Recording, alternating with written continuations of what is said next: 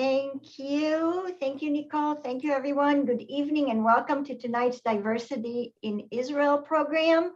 I am Orly Klugman, co-chair with Joanna Berg of the Kesher Israel Committee at Temple Beth El. I want to begin with thanks to the Jewish Federation of Madison for co-sponsoring tonight's program. I want to recognize the Kesher Israel Committee members for all their help leading to tonight's program. A special thanks go to Nicole Jar, our staff liaison, for making sure this program came together. One of Kesher Israel's mission is to project Israel in a fair light. And for that reason, we look for speakers with personal story of diversity. We also work to enhance connections within Jewish life between Israel and the diaspora. Tonight's speaker will do just that. Illustrate the work Israel has done to promote understanding of diversity in some cases and enhance our relationship with Israel with personal story, connecting us with the first Druze emissary. Tonight, we will meet Gadeer Kamal-Mreeh, the Jewish Agency for Israel's and the Jewish Federation's first Druze emissary. Before we begin, we have some technical instructions. To minimize interference and rule out background noise, everyone will be muted. Questions for the speaker are to be submitted via chat located at the bottom of your screen. We will field as many of the questions as we have time for. If you lose the Zoom connection, please text Nicole at 248-670-1419. And now, we'll call on Rabbi Beitch to give us greetings on behalf of Beth El, Temple Beth El. Hi, good evening, everybody. Thank you so much for being part of this extraordinary program. Gadeer, we are so honored by your presence. I want to offer two things tonight, and one is a text from the book of Genesis. It'll be familiar to many. This is from chapter 11. And I'm going to be cutting it short, so there may be portions that you don't hear, but that's just because of the content. Chapter 11 begins and says that everyone on earth had the same language and the same words. And they said to one another, "Come, let us make bricks and burn them hard, and let us build for us a city and a tower with its top in the sky to make a name for ourselves. Otherwise, we shall be scattered over all the world." But God came down to look at this city and the tower that humanity had built, and God said, "Hey, if as one people with one language for all, this is how they begin to act, then nothing they propose to do will be out of their reach." Thus, God scattered them from there over the whole face of the earth. And the presumption is that they all spoke then different languages. Now, some people see this story as being an explanation for all the diversity in the world and why there are so many languages and why people lived in so many places. But I think that it perhaps is a cautionary tale as to what happens when there is no acceptance of diversity.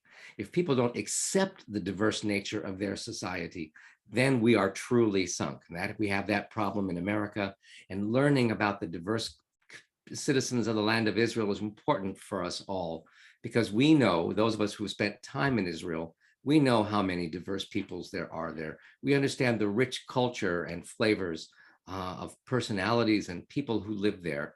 One can only hope that that continues to be as enriching for many as it is for some. The other text that I want to conclude with is the declaration, a little portion from the Declaration of Independence, where it says that Israel would foster the development of the country for the benefit of all its inhabitants. It will be based on freedom, justice, and peace, as envisaged by the prophets of Israel. It will ensure complete equality of social and political rights to all its inhabitants, irrespective of religion, race, or sex. It will guarantee freedom of religion, conscience, language, education, and culture. It will safeguard the holy places of all religions, and it will be faithful to the principles of the Charter of the United Nations. And I add all those words tonight because I know how aspirational this document is.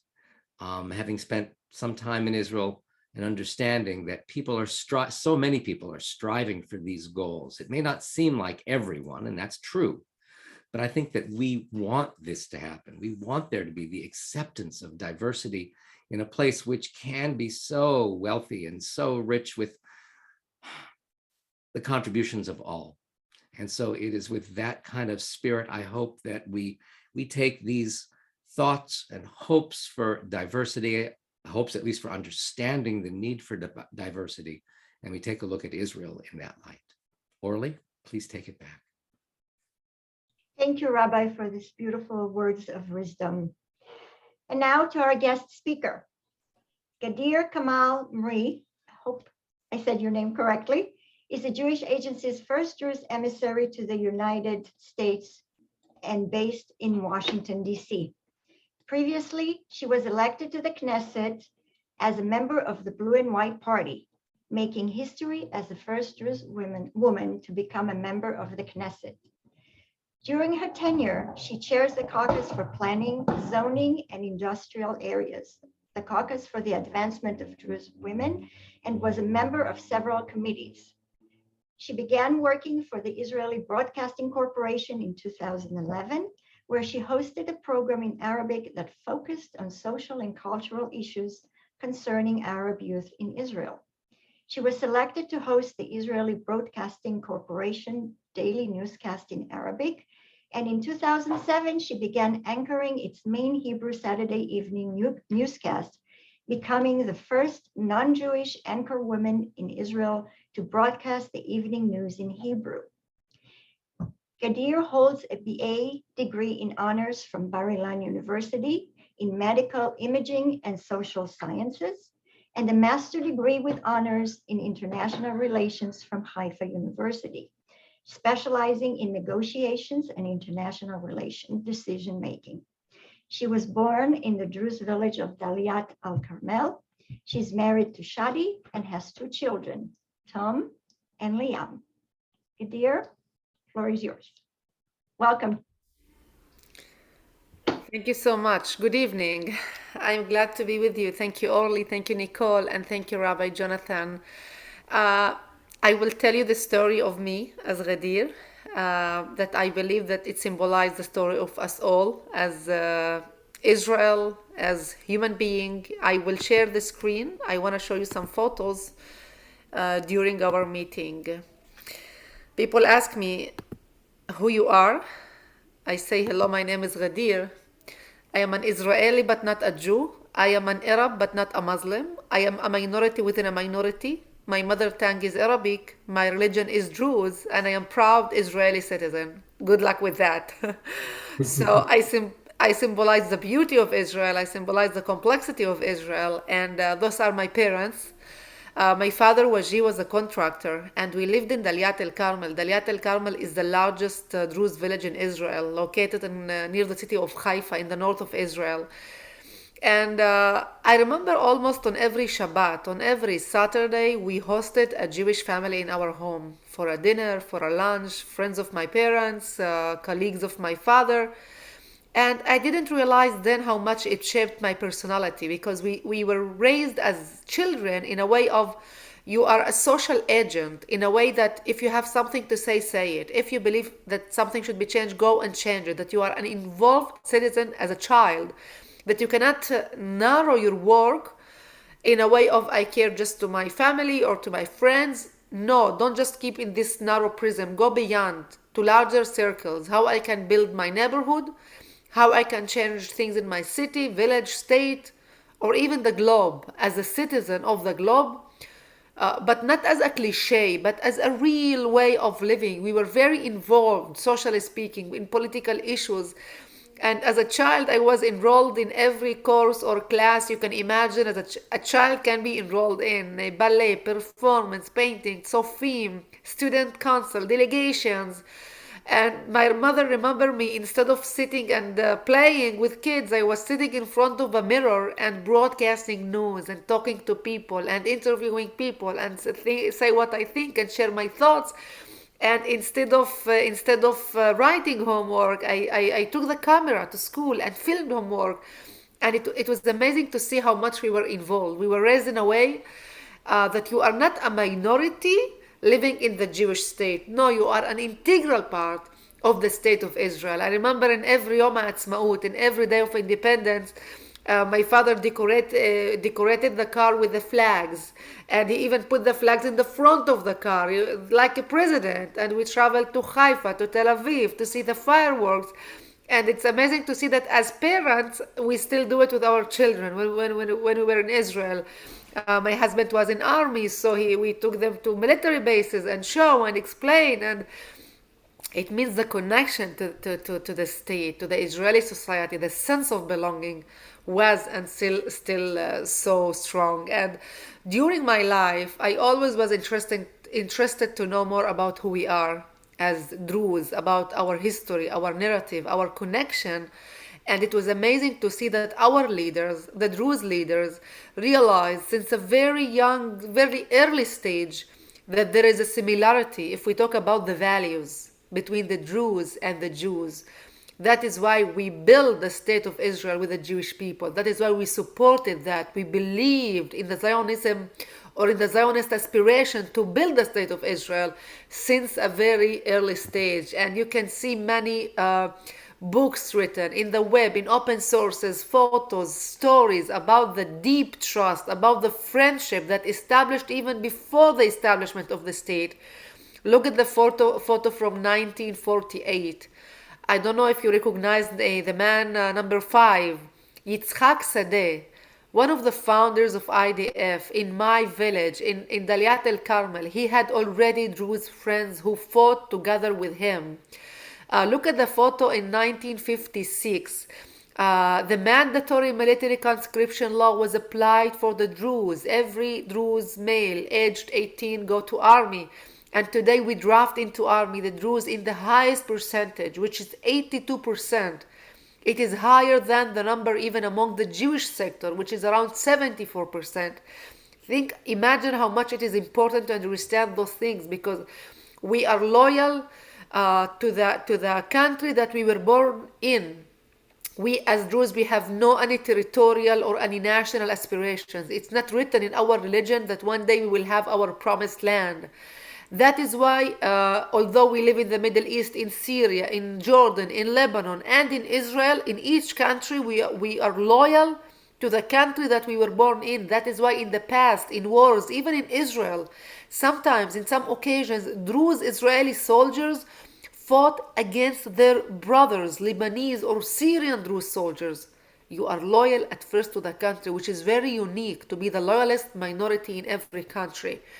Look at the photo from 1959, the first official visit of Ben Gurion to a non-Jewish home, to a non-Jewish village, was to visit to Julis, a Druze village, to visit the spiritual leader of the Druze community, Sheikh Amin Tarif. And the photo from 71, I don't know if you recognize the man, the mayor of the city of Haifa, Abba Khushi.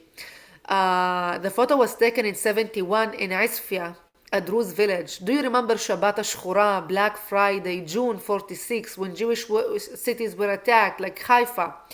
The Druze people saved his life. He was hidden in Isfia, a Druze village. He slept there for 3 months. They protected him. So today, if you travel through the Carmel mountain, through the Druze villages to Haifa, the main road is called Abba Khushi. So those are just 4 photos that symbolize how much the trust was so deep, how much the strong bonds between the Druze and the Jews started even before the establishment of the state. Do you know where our national anthem, Hatikva, was written? It was written in my village, in Daliat El Carmel, a Druze village, by Naftali Hertz Amber in 1884, when he lived in Lawrence Oliphant home. Lawrence Oliphant was a British diplomat, a Jewish British diplomat he wanted to live in a Druze village. And he asked the Druze to build his own home. And Lawrence Oliphant was there, and he wrote Hatikva in my village. Today it is Beit Yad Labanim, where we commemorate our Druze soldiers, 439 Druze soldiers who fell protecting the country. And I am telling you that because I really encourage you, next time you travel to Israel, Go to the periphery, meet minorities. When you come to my village, don't stop in the market, which is beautiful, and we have amazing, delicious food, and knafe, and labane, and za'atar, and olive oil, which is very delicious, very good. Take a good local guide. Go and understand how much our past is intertwined, how much we played major role together to build the state of Israel, not as minority and Jewish people, as Israelis, as a human being, as people who really care about Israel. So it is amazing to see that, and there are much more and amazing books written and stories that show us who we are and how much our identities and how much our uniqueness and those strong bonds, how much our leaders, both of us, are brave to establish these strong bonds. So going back to me as Gadeer, to the micro, to my story, I was an ultrasound technician. I was then a journalist and an anchor woman. I broadcasted news in Israel in Arabic and then in Hebrew. And in some days, they wanted me to broadcast news in both languages. Imagine starting opening the news at 7 p.m. Masa'ul Khair min Urshalim al-Quds in Arabic, and an hour after that at 8 p.m. Arif Tov Lachem Yerushalayim in Hebrew. So I really symbolize talking and speaking different languages, not just languages, the nuances, but having this complexity of identities. And I remember in 2019, specifically January 2019, it was morning. I usually broadcast the evening news, and it was morning. I was washing dishes and listening with the earphones to news and podcast, and I received a call from an unknown number. I answered, "Hello, Gadeer, Kahol Lavan Party. Is it a good time? Is it a good time to speak?" And I am very authentic. I told them I am washing dishes. He said, "Okay, stop washing dishes. I want to talk to you," because these are not usual phone calls that you receive in the morning when you are washing dishes. People offering you to join politics. They told me that we believe that you can be a good representative, and we are offering to join politics. And it took me 3 weeks to say yes. I already saw what does it mean to be the first to do things. When I was the first anchor woman, and I live in a patriarchal society, in a patriarchal conservative society, it's not easy to be the first woman to do things. And my husband, he works in the med tech field, in the medical high-tech field. He actually visits Israel. He traveled a lot. And I have 2 young children, and I live in Daliat al-Carmel, which is not 5 minutes from the Knesset. But at the end of the day, I told myself maybe my skills, my experience, my knowledge will really help me to be a good representative. So I said yes. And we started a very rushed campaign. It was the first election then. We didn't know that in Israel we have the second, the third, the fourth, and now maybe the fifth election. It was a huge sensation, a new party in Israel, and a new candidate for the first time, a Druze female. And the first official visit of me and Benny Gantz was to the spiritual leader of the Druze community. If we talk about being there about gender issues, Benny Gantz called me that day in the morning, and he asked me, "Can I sit near you on the same sofa?" I told him, "Guess what? I don't know. I'm the first to try that. Maximum will be killed. I don't know what are the limits. Do we don't. I really don't know. Let's do it." And nobody was killed. And I told the spiritual leader of the Druze community, "Do you remember in 2017 when there was the formal announcement of my appointment as the first non-Jewish anchor woman to broadcast news in Hebrew?" He said yes. He called me to congratulate me. And I told him, "Maybe you don't know. When he called me, I cried. I said, yes, we did it as Druze women." And look at this. 2 years after that, 2019, I am in your home as a candidate running for politics. Thank you for the trust. I am proving to you that Druze women can succeed and thrive in their career and can maintain at the same time our uniqueness, our unique identity, and our authenticity. So it was amazing to see that, but I am sure you see that there's something strange in this photo. I was the only woman, but I said to myself, "Gadeer, choose your battles, not now," because my existence itself, it's a huge say to sit there as a candidate. A week after that, the party wanted me to meet all men they chose to work with me, each representative from different village, and I asked them, do you feel something strange? And nobody has an answer. And women were in the kitchen preparing food. I said, okay, enough is enough.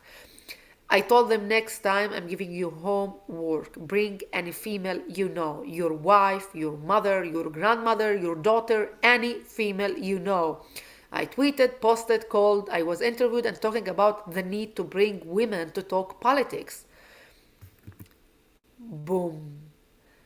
They were thirsty to come. I told them, you are the mothers of the soldiers, you are the workers, the students. I am sure you have something to say as social agents. I want to hear you. Part of my job is to listen to you. What do you think we should do? What do you suffer from? What do you care about? What do you think we need? And they were thirsty for opportunity to share their voices. This photo was from one of the conferences. Look, nobody divided the hall.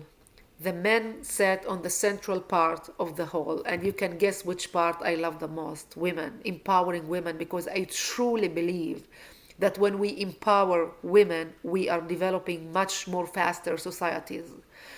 And I was so happy. 2019, I was elected. I broke records, 25,000 votes from the Druze sector, and the majority of them telling me, Gadeer, we are voting for you as our representative. But what happened then in Israel, I am sure you followed. Our first term in the Israeli Knesset was 29 days. The first cadence, the first term, nobody succeeded to form a government. We needed to run for another election in September 2019. Again, nobody succeeded to form a government. And in March 20, third election in 1.5 years. And then the leader of my party, Benny Gantz, decided to form a government, the unity government with Netanyahu. But they refused to make the important amendment in the nation-state law. It was the reason why I entered politics. The nation-state law is a basic law. The purpose of the law is to say that Israel is the historic homeland of the Jewish people, which is right. But the state of Israel refused to ensure equality, to add equality, civil equality to this important law. This law is going to be our introduction, our identity, our opening chapter in the constitution that we will have in the future. And when they formed this government, in the coalition agreement, Gantz and Netanyahu refused to do that. They offered me to be a minister in that government, and I refused because of values. And I stepped one step back. I prefer to work from the opposition, and I knew that the government will not last so much. December 2020, it was dissolved. And the day after that, I went to Lapid. Then he was the leader of my party because Kahol Lavan was dissolved. I prefer to work from the opposition. And I told him, like we say in dates, it's me, it's not you. It was 2 years full of achievements, challenges that we will not talk so much about the political arena right now. But then I decided to take time out from politics. We had a huge, serious crisis, unprecedented crisis in the political arena that unfortunately still exists. Although we have a government, it still exists. It's not unstable. But I decided to take time out. Maybe I will decide to go back to Israeli politics. But meanwhile, I had many job offers. One of them was to work with Jaffe, with the Jewish Agency of Israel, to come to talk about us, about Israel, about shared society, about Israelis, about Israeli identity, about challenges and about potential. And I truly believe in what we are doing. Because in every position I had, in media, in public diplomacy, in politics, I rely on this. And Rabbi Jonathan, you mentioned the chapter 13 of our Declaration of Independence. Israel will ensure complete equality of social and political rights to all of its inhabitants, irrespective of religion, race, or sex. We are working so hard in Israel to maintain that, to ensure that in our identity as the state of Israel, as the Jewish state, and as a democracy that must know how to include and maintain equality for all its citizens. And relying also on my knowledge of our strength, of our uniqueness as Israel. One of the most important factors to know is that we are still a vibrant democracy. Although the challenges that we are facing, we are still a very strong democracy. Look what happened last year. On the 13th of June, we had a new government. A new government was formed in Israel after 2 years with 4 elections, with no budget, no functioning government, no committees. We succeeded to stabilize the system in a democratic tool in election. What happened when the new government was formed? Netanyahu stood up, went to the seat of the opposition leader. Naftali Bennett came, sat on the seat of the prime minister. Smooth transition of power, which is something that mustn't be taken for granted. We had no January 6th, we had no military and soldiers in the streets, we had demonstrations, we had very democratic tools. We are still a very, very, very strong democracy. We have free press, we have independent judiciary system. One day, even a friend of mine from Jordan, he called me, told me, Gadeer, are you crazy? You are the Israelis. You are taking your prime minister to court to ask him how much the cigars that he received as a gift from a friend. I told him, listen to me, my dear friend. This is the strength of Israel. We check ourselves. Nobody is above the law. The fact that we had a president in jail, the fact that we had prime minister in jail, this is the strength of Israel. Unlike your corrupted regimes and dictatorships and kings, because we have a real democracy. Democracy is the rule of not just the rule of the people. Democracy is the rule of the judiciary system. The rule of it's our power. Second thing, we have strong economy. Our GDP as Israel is 14 times that of Egypt. If we just look to the region, to our neighbors, it is 6 times that of Lebanon. It's 8 times that of Iran. It's double than Saudi Arabia. We spend 5% of our GDP on research. So we have strong democracy, strong economy, and we are the startup nation, the high-tech empire, the regional superpower.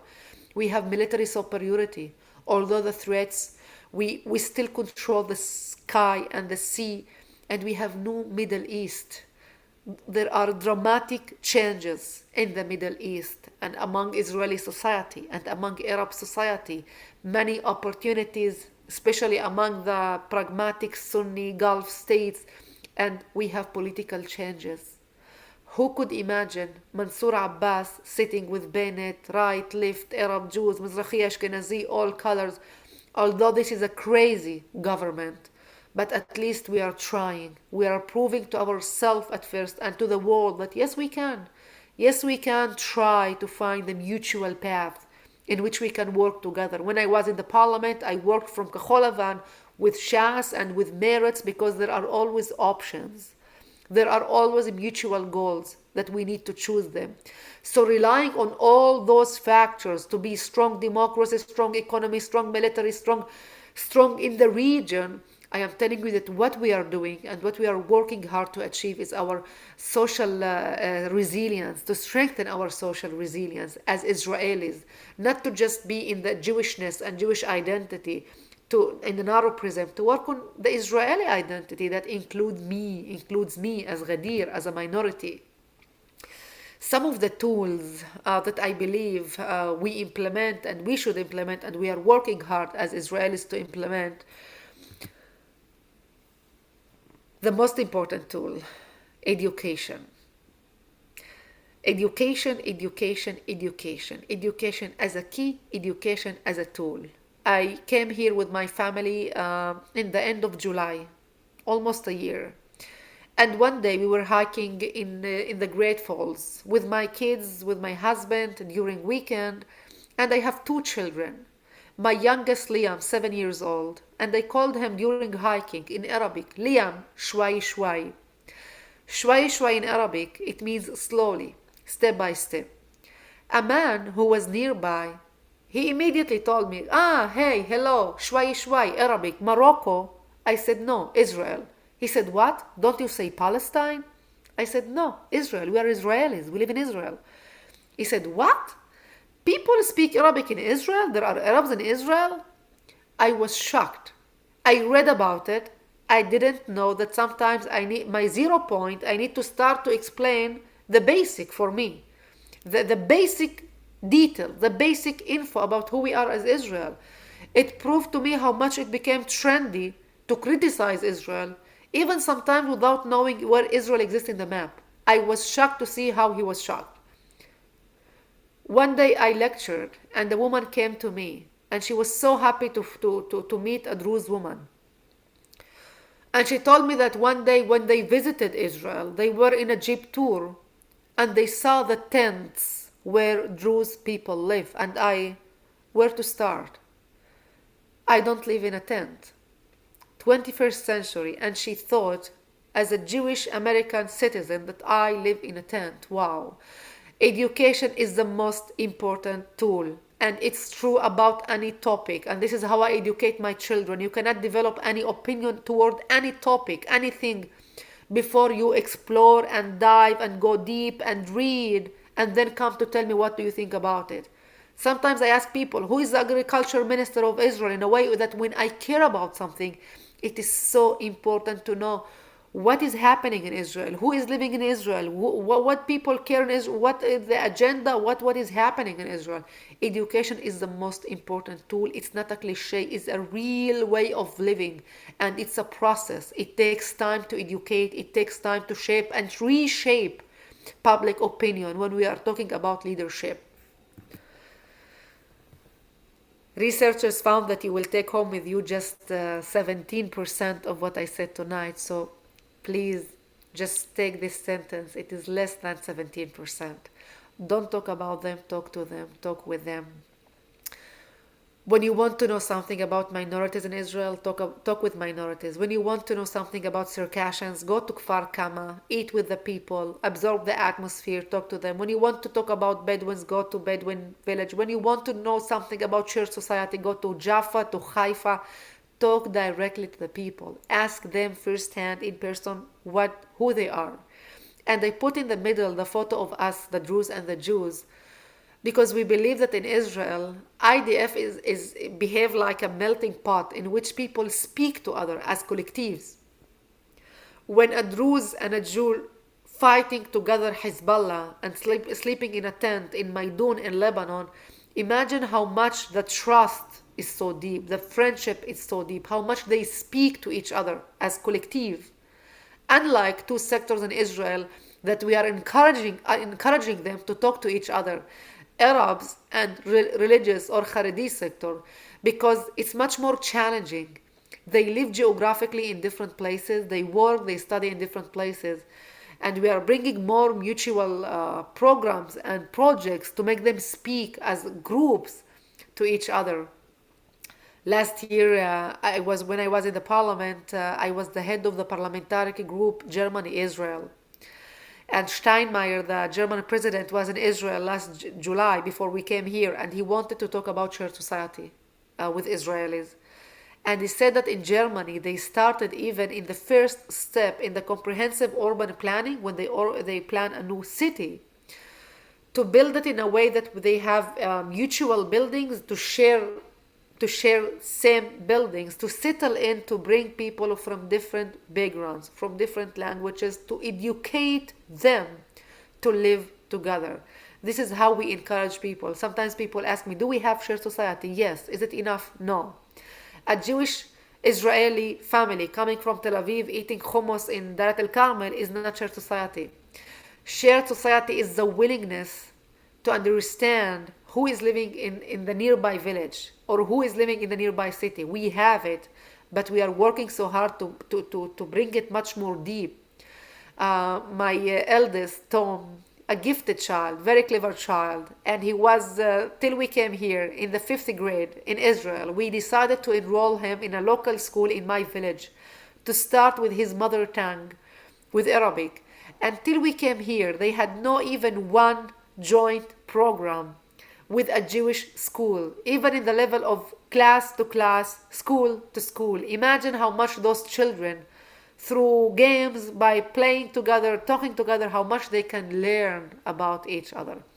So this is what I am talking about, to talk to people directly, not just to eat with them, to stay in the superficial level, to understand who is living there, what he believes in, how, because we share a lot, although we are different, but we share a lot. Another tool is the need to change terminology. The relationship between us, the Druze and the Jews, is called in Israel Brit Damim, covenant of blood. That since the mandatory military conscription law was applied for the Druze in 1956, we are fighting together, covenant of blood. And they wrote about it, and they talked a lot about it in Israel. That law Brit Damim, Brit Chayim, law covenant of blood, covenant of life. I am not coming to die with you. I am coming to live with you as an equal citizen. I am not a threat. I have no any territorial aspirations. I am the 8th generation living in this land, and I am coming to live with you as an equal citizen. After the nation state law, many people, Druze people, started to ask, one moment, why I need to draft into army? I said, we are not doing any favor to anybody by going to army. We are protecting our homes and our sons and our state. And like I cannot accept those voices, I cannot accept people who sometimes tell me, do you know what? Be grateful to be born in Israel and not to be killed in a massacre or in a terror attack in Syria, because this is my home. Israel is my home as a minority, and I love it, and I want to be there, not just as a minority, as an equal Israeli citizen. So the need to change terminology when we talk about the level of leadership is so important, because I found myself some days fixing speeches of leaders in Israel who said Jews and non-Jews. You cannot identify, you cannot define something by saying non-something. Imagine now Biden is giving a speech and say Christians and non-Christians. You have a name. So terminology is very important. Last May, when we had the Garden of the Walls, people were killing each other in the streets because of religion. People were crazy. And you can see in every subtitle in the Israeli media, it's written Arim Me'oravot, mixed cities. I said, no mixed cities, it's shared cities.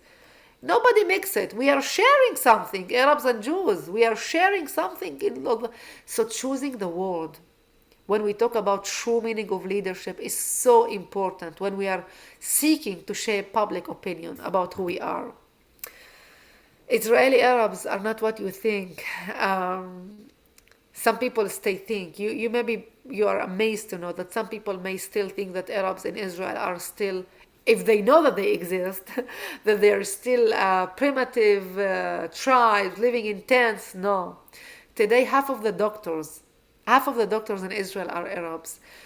People who are integrated, people that, believe me or not, they want to feel that they are Israelis. It's my fault as the state of Israel. If an Arab may feel that it doesn't matter how much he work hard, he will still consider to be B-class citizen of the Jewish state. It's my role to strengthen our social resilience, about our sense of belonging. And I wrote about it and talk about it a lot, to strengthen our sense of belonging as Israelis. Not to be limited just in Jewishness and Jewish identity, which is important as the Jewish state of Israel, but also to be aware and to work hard to talk about the Israeli identity in much more broader vision. So those are, believe me or not, amazing people. This is our role as Israel, to strengthen their sense of belonging. Look at those photos. One of the tools is to highlight the beauty. Those photos were taken from the 30th of April last year. We had Har Miron crowd crush. 45 Jewish worshippers were killed.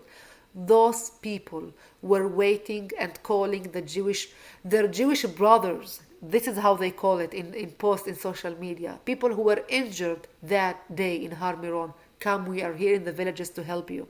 They brought bottles of water, anything they had. We had many amazing initiatives of the people, because there is no racist society. Society is what we feed as leaders. This is real Israel. This is a beautiful Israel, full of people like this. And 3 years ago, we had floodings in Nahariya. Jewish people lost their stores and restaurants.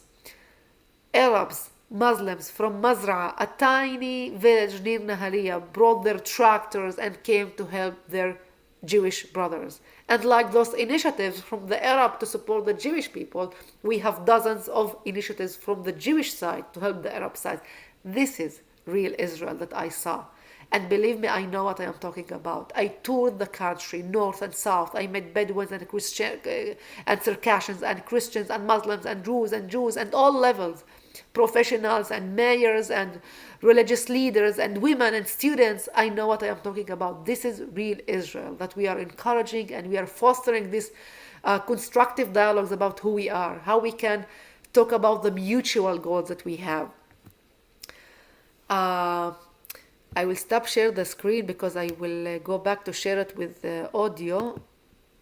I wanna you to hear with me this short clip. When I finished school, my parents wanted me to be protected because I'm coming from a patriarchal conservative society, and I had an intensive program at Bar Ilan from 8 to 8.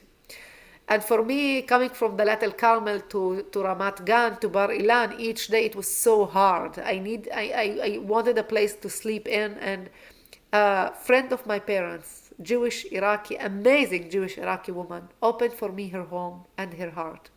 And I slept in her home for 3 years with her daughters, with her sons. And this is Israel, what I am talking about. Imagine how much the trust is deep. And apropos closures, one day when I was a member of parliament, we hosted, there was it was then secretive delegation from the Gulf states, and we hosted them in the Jewish Iraqi Museum in Or Yehuda.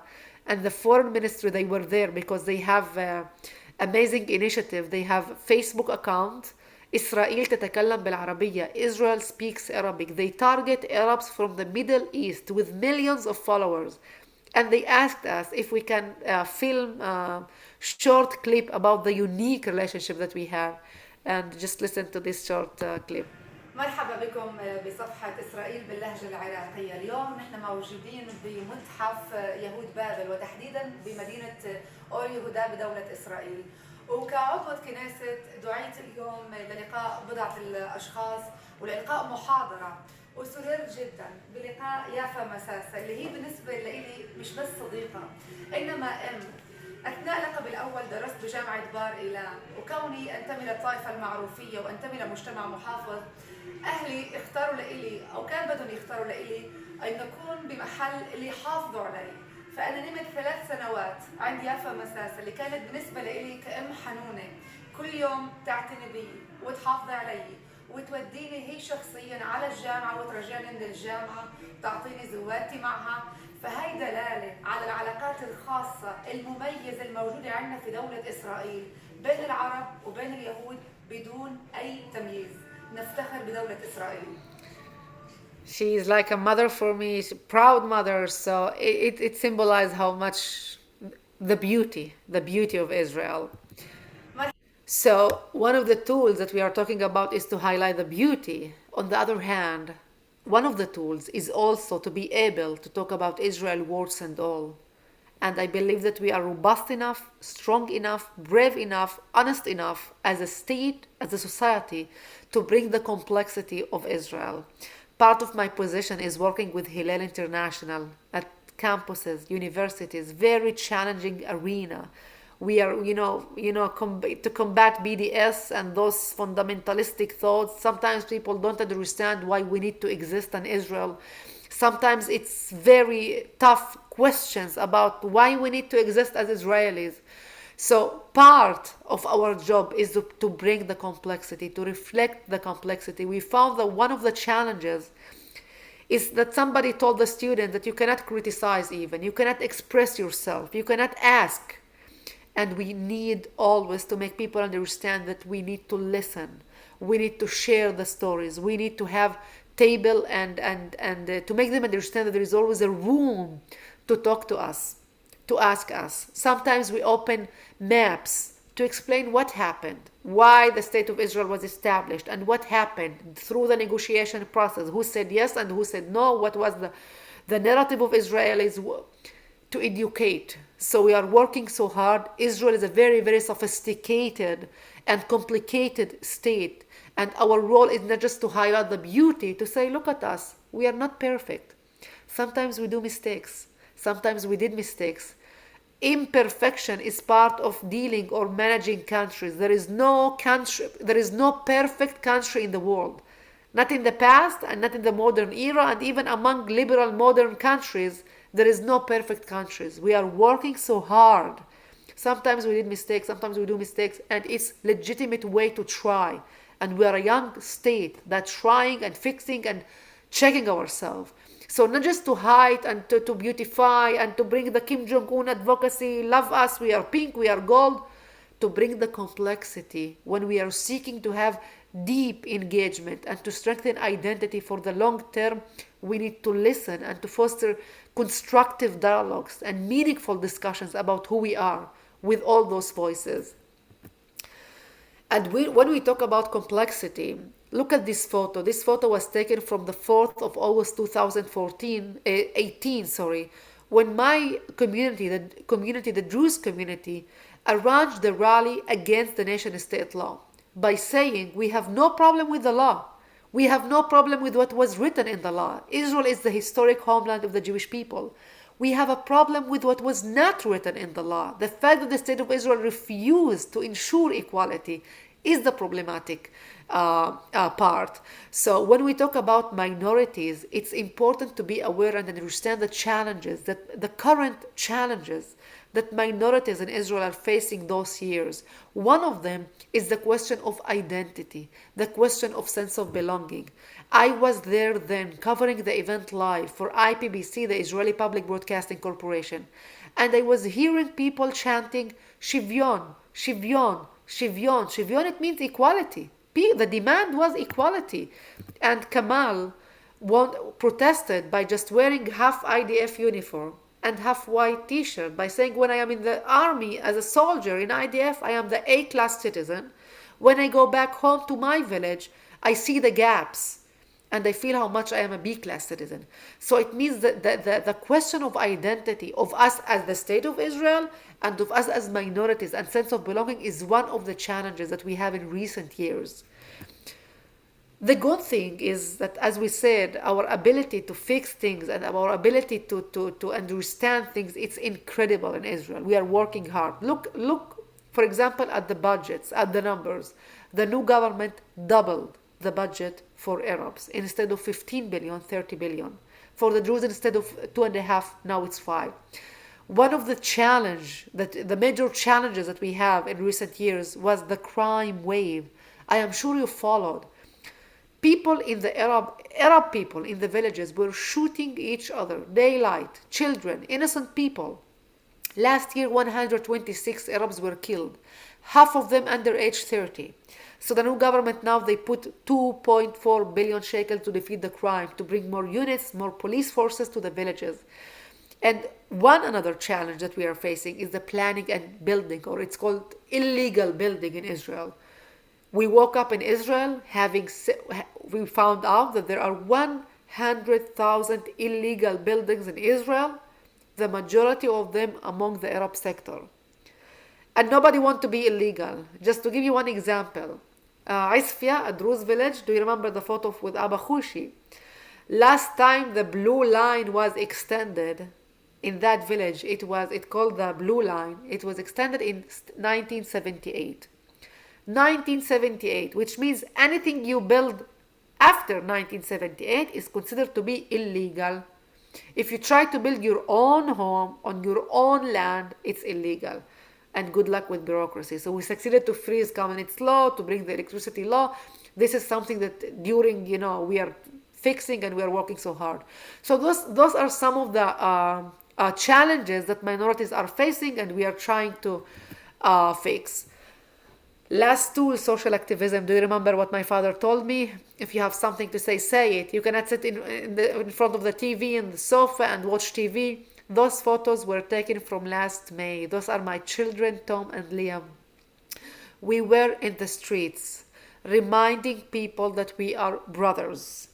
And social activism those days is so important, and it's so easy when we have those amazing tools with social media. I know the other side of the social media with fake news, with mis and disinformation, but if you know how to use it, it's an incredible way to express ourselves, to share our identities and our stories to the world. And you can film, you can post, you can tweet, you can share, you can write. And I really encourage you to do that as social agents, because at the end of the day, each one of us is a unique identity. And this complexity of identity, it's amazing. And I really encourage you, when you believe in what you are doing, to share your story to the world. Look at me, a Druze Israeli woman living in DC, representing the Jewish Agency of Israel, and talk about the beauty and about the complexity. Each one of us is a story, is a unique story. So this authenticity, I really encourage you to share it to the world, with your friends. It doesn't matter where do you live. Share your story with the world, as Israel, as a Jewish American, as a human being. I am sure you always have something to say. And we will end up with the story of Zidan Saif. Zidan Saif was a brave Druze policeman he was killed in 2014. There was a terror attack, a massacre that day in Bnei Torah synagogue in Har Nof in Jerusalem. He saved lives of Jewish worshippers and he was killed. So one day when I was in the Knesset, my assistant approached me and she said that we received an email from a Jewish philanthropist who wanted to donate money for the Druze community. And I invited him to my office. I thanked him. I told him, you don't need to thank us for that. We are not mercenaries. We do not need anybody to pay us for what we are doing. We are protecting our homes and our states. He just wanted me to connect him to one of the lay leaders in my community, people who set up fellowship or organizations. And I immediately thought about the widow of Zidan Saif. The widow of Zidan Saif, she set up a fellowship to support Druze students at universities. And when I traveled back home, I told my assistant, what an amazing story. It symbolized for me the story of Israel. Imagine with me, Joseph is a Jewish philanthropist living in New York City, thinking how he can strengthen Israeli society and closing the gaps in Israel. With the help of me as a Druze female sitting in the Israeli Knesset, trying to help the widow of Zidan Saif, who was killed trying to protect Jewish worshippers, and she in her turn is trying to support Druze students. This is Israel. It proved to me that it doesn't matter who you are. It doesn't matter where do you live. At the end of the day, it beyond I love my country, it beyond I care, it's the commitment, the dedication to work, to strengthen who we are, to connect the people, to build the trust and to create the bridges and to work on strengthening who we are as Israelis. And I am so glad and so proud to be part of this circle, to be part of this world, in the name of inclusion and in the name of diversity and in the name of equality. Thank you so much. Thank you so much. I believe we have time for Q&A, so I will stop sharing. Oh, I will show you my beautiful family. This is my husband, Chadi. By the way, we have internal marriages as Druze, but I met my husband in an internet chat. Although we were from the same village, we didn't know each other. He was in the Navy, I was at school, and we had a blind date in a theater. And when I traveled back home, I told my mother I met him, and she told me, let's go back to the family tree. I think your grandmother and the grandfather, they are relatives.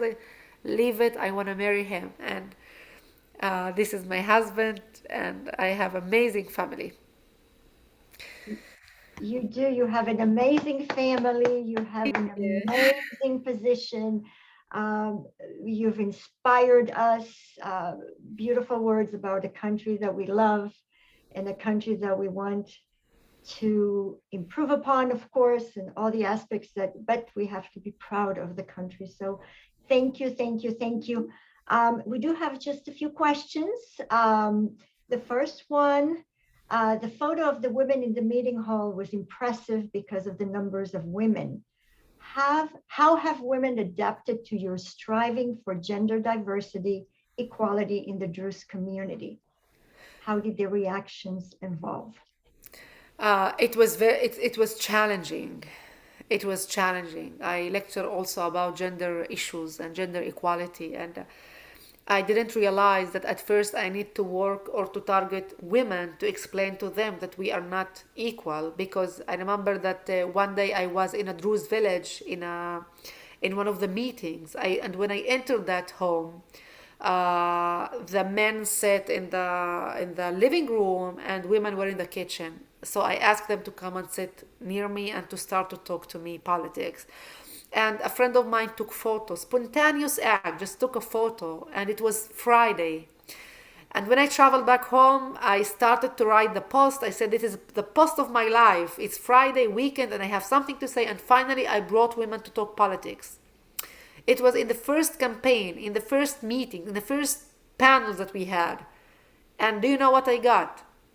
Shaming from women. We are okay. What are you talking about? We are equal. I said, no, we are not equal. When I enter those halls and those homes, when I see men sitting in those huge sofas and you are preparing food, you are not equal. I didn't realize that I need to target my audience at first must be women, because we are talking about awareness, about diagnosis at first, to make somebody understand what is happening, and then to go to other layers, to speak to men, to professionals, to society, what is happening here. So at first I didn't understand that. I did that, and next to talk to men, social issues, political issues, professionals, mayors, Congress, and this is something that we are all dealing with, Orly, as women. It's a global phenomenon. We are not equal yet. It means we had amazing achievements last decades, but we are not yet there. We can see it in numbers, even in liberal modern democracies, even in senior positions, sometimes in the same position, you can see different salaries. So we are working so hard to achieve this equality. And I always say that this equality comes also to or to patriarchal society, but it comes in a delay of a couple of years. So we're working so hard to empower more and more women. Absolutely. And never give up. Never. Give up. Let's move about Israel's image in the press. Those of us who know and love Israel struggle to promote a fair, positive image of Israel. Why is that so hard? Because, as we said, Israel is a very complicated state. And I really do not believe in some people try to stay in the superficial level, in the storytelling level. And I believe that we need to work hard to educate of who we are. 3 months ago, we had a demonstration organized by BDS against Israel in Canada. People were chanting, "Go back to 48." I can guarantee you, nobody understands what does it mean going back to 48, or nobody want to understand what does it mean to go back to 48. It means people there are not talking about, the core issues about where are the borders, the refugees, Jerusalem. They just don't want us to exist. We are talking about our right, the recognition of us as Israel to exist. So we need to work harder. The fact that BDS, they thrived and they succeed last decade, it's our fault. That we are responding to, and not that they are always one step and we are behind. It's wrong. We needed to work much more and to put more pressure and more budgets and more mutual work. Today we work as Hillel, as Jaffe, as federations, as the foreign ministry, because we understood all that those are mutual goals for us all. When we implement this policy and it penetrates, when you work with interfaith groups, with universities, with women organizations, we must work harder to promote this smart, clever advocacy. Not this Kim Jong-un advocacy, we are pink. No, to bring the complexity, to be brave enough to say, look at us, now we are talking, we have free discussion. We have no special guard, recording, filming. We can criticize, we can think, we can rethink, we can agree, we can disagree. This is the strength of Israel. The ability to learn, the ability to think, the ability to fix things. So this is what we are doing. By saying, look at us, we are not perfect. We are not perfect. At least we are trying to do that. And sometimes when I come to interfaith group, Sometimes Palestinians, they don't come, they missed opportunities. And this is exactly what is happening. Sometimes they come and it's amazing.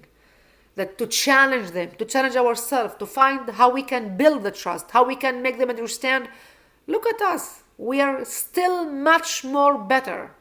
And we are trying, and we are doing that in a much more successful way than our friends slash partners if we do have.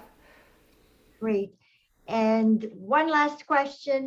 Do the Druze children have equal opportunity for education?